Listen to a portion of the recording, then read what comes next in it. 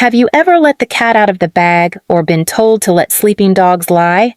These are two powerful idioms that can change the way you express yourself in English.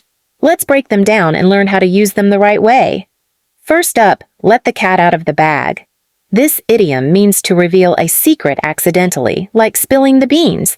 It's used when someone gives away information they shouldn't have. For example, he let the cat out of the bag about the surprise party.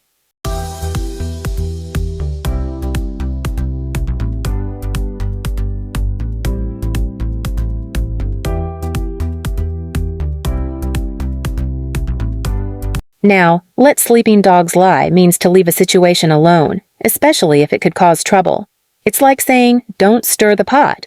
For example, we shouldn't bring up that argument again. Let sleeping dogs lie.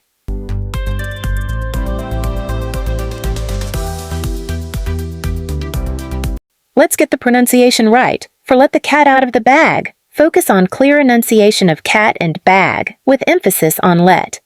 For let sleeping dogs lie, emphasize the word sleeping and keep dogs lie smooth and connected. Practice with me. Here's how you can use these idioms in real life. Example 1. I was going to keep the secret, but I let the cat out of the bag. Example 2. It's best to let sleeping dogs lie and not bring up that old problem again. Using idioms like these makes your conversation sound more natural and fluent.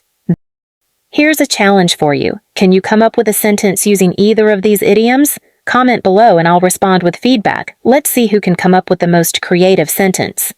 That's all for today's idioms. If you enjoyed learning how to use let the cat out of the bag and let sleeping dogs lie, don't forget to subscribe to She's Fluent English Academy for more fun lessons on English idioms and pronunciation.